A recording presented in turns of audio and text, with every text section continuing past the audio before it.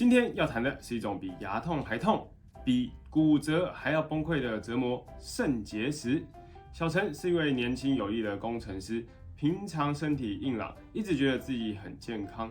直到有一天，他突然腰部传来一阵剧痛，不是拉伤，不是闪到腰，而是那种仿佛有块尖锐石头在体内刮擦的疼痛感，还一路延伸到下腹部和腹股沟，还出现了血尿。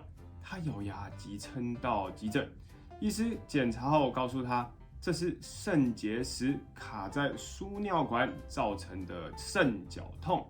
小陈当场傻眼了。你知道吗？金氏世界纪录最大的肾结石重达800公克，直径有13.37公分，跟一颗大柚子差不多大。那颗结石甚至比该位病人的肾脏大小还大。虽然这种极端案例很少见，但近几十年来，肾结石发生率在男性和女性都持续上升。得过一次的人都懂，那种痛一辈子都不想要再得到第二次。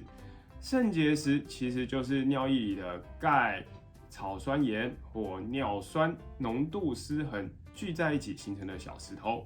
虽然医疗进步，从药物排石到震波碎石、内视镜手术取石都有，但研究显示，第一次发作的人仍有约25%，5年内还会再复发，非常痛苦。所以今天我要告诉你，与其痛到打滚才来治疗，不如提前预防肾结石。接下来我用真实案例和实用方法，教你打造专属的防石策略。嗨，大家好，欢迎来到宽宽医师的频道，我是肾脏科宽宽医师，一起关心你我肾脏的健康。我一直强调极简护肾，护肾并不复杂，我们不需要依赖神奇的产品或繁琐的疗法，只要简单的改变一些生活习惯，就能守护肾脏健康。点击说明栏下载护肾手册，用最简单的方法让肾脏更健康。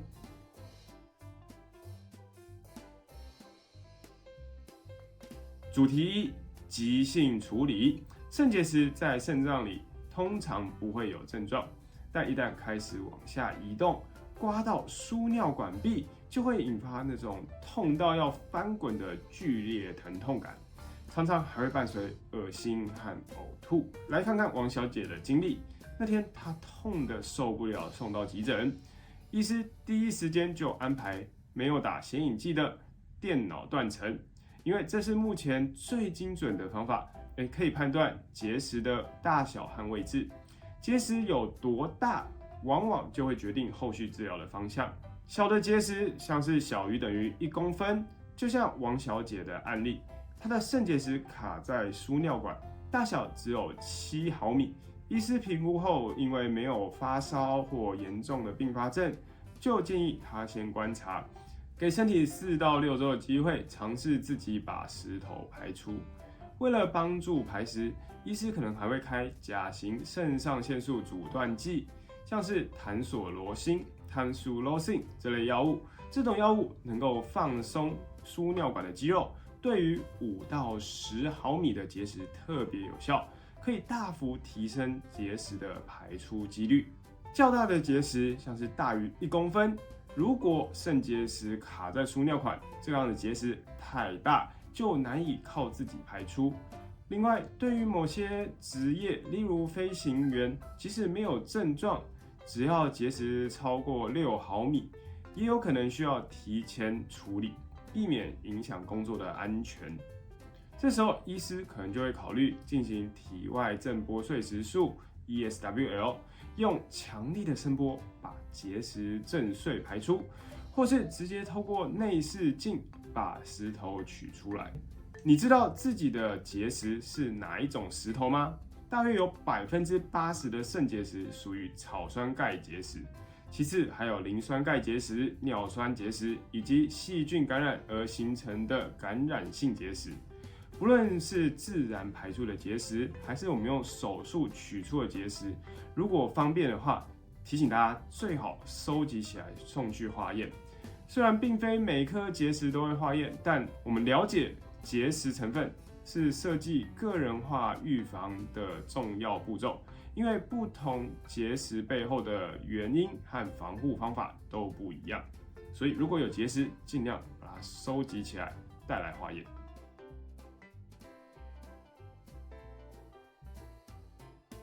主题2：预防肾结石的基本原则。不论是哪一类型的结石，真正的挑战不是治疗，而是预防复发，因为这是一场长期的拉锯战。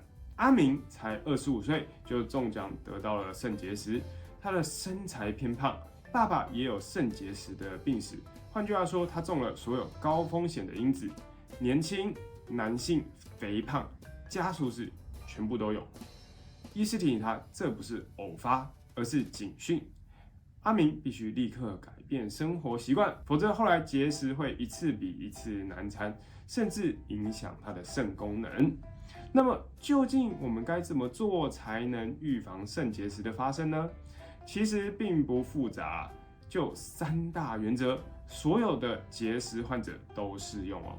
方法1：多喝水，这可能是最简单、成本最低，但却最常被忽略的防食秘诀啊。水是最好的稀释剂，如果我们没有需要限水的情形，每天饮水量要足够，让尿液排出量稳定在2公升以上，可以预防结石的发生。想象你的尿液像一碗浓汤，水喝太少，汤就会太浓，里面的钙、草酸盐浓度够高，就容易沉淀出晶体，形成结石。我们只要喝水够，尿液变稀释，流速加快，结石自然就不容易生成。我们食用建议首选当然是白开水。如果你平常一天的尿量只有 1.5 公升，那就再加喝2杯水，每杯水240毫升，很快就能补足这个差距。我们要多喝水，预防肾结石的发生。方法2：少吃盐。我们吃太咸，不只会伤害我们的心血管，也会大幅增加结石的风险。我们目标是要把每日钠摄取控制在2300毫克以下，大约100毫当量，也就是少于6克的食盐。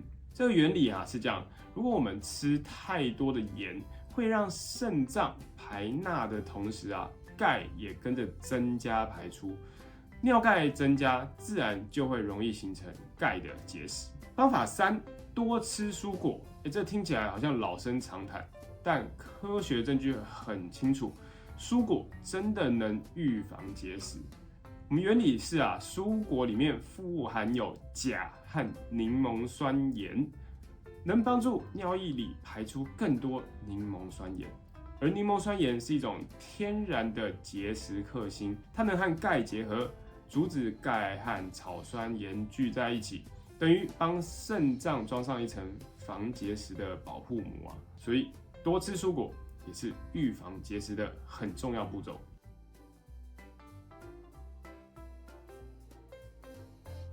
主题3：常见饮食迷思。接下来我们来破解常见的饮食迷思，包含结石到底能不能吃钙，草酸要如何处理，又有哪些饮食建议呢？首先，先来谈谈钙陷阱。结石病人常犯的第一个大错误，就是以为结石有钙，所以不能吃钙。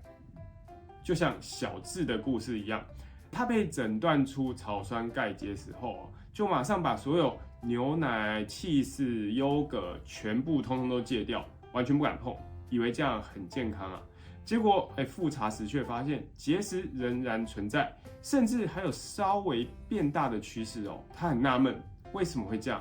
我都已经把所有钙的来源都戒掉了。其实低钙饮食预防肾结石是错误的迷思我们会建议钙要吃够，每天大约要800到1000毫克才合理。原因是因为当肠道内有足够的钙，它会像磁铁一样把我们草酸盐吸附住，直接排出体外。反而如果你钙吃的太少，草酸盐会被大量的吸收进到肾脏里面，增加肾结石的风险。所以钙不是坏人反而是保护小智的好朋友。所以我们要适量摄取钙，而不是完全不吃钙。第二，我们谈谈关于草酸的摄取。小智的医师也提醒他我们要少吃高草酸的食物，例如菠菜、巧克力、杏仁等等。第二，我们要小心高剂量维生素 C 的摄取，因为会转换成草酸，增加草酸钙结石的风险。那还有没有什么其他饮食建议呢？包含减少非乳制品的动物蛋白，因为太多肉会增加酸负荷，让尿钙升高，柠檬酸盐下降，结石更容易成长。再来要少喝含糖饮料，因为蔗糖、果糖都会增加尿钙的排出，一样也会增加肾结石的风险。所以结石患者在饮食上很多直觉的做法可能刚好相反，这大家特别注意。最后补充，对于反复结石或高风险患者，有时候光靠饮食和生活习惯调整可能还不够有些医师会收集24小时尿液检查，了解尿钙、尿草酸盐、尿柠檬酸盐、尿酸还有尿量。这些资讯能够帮助设计更精准的饮食和药物策略，就像为每个人量身打造的肾脏履历表例如，有些患者尿钙偏高，其实已经控制了盐分，医师可能会建议使用塞芹类 Firdase 的利尿剂，帮助肾脏减少钙排出。而有些患者尿的柠檬酸盐不足，就可能补充柠檬酸钾或柠檬酸氢钾，增加尿液抑制结石的能力。总结一下今天内容，肾结石的管理不只是结石排掉就没事还要预防复发才是重点。今天我们一起走过3大主题，帮大家复习一下。主题1：急性处理，痛起来要找对方法。通常会用电脑断层或超音波判断结石大小、位置和有没有并发症，来决定下一步的处置计划。主题2： 3个基本预防结石的原则：多喝水，少吃盐，多吃蔬果。主题3：饮食迷思，我们要保持足够膳食钙而非低钙，避免高草酸食物与过量动物蛋白。预防肾结石是一场长期的抗战饮食调整与定期追踪缺一不可。肾结石不只是疼痛，甚至可能慢慢影响到肾功能，而预防结石就是送给肾脏最好的礼物。让我们一起加油，一起努力吧！以上是我今天的分享，感谢大家观看，希望今天分享对你们有所帮助。如果喜欢我的内容，欢迎按赞、订阅、分享、开启小铃铛。我是肾脏科宽宽医师，一起关心你我肾脏健康。我们下次见，拜拜。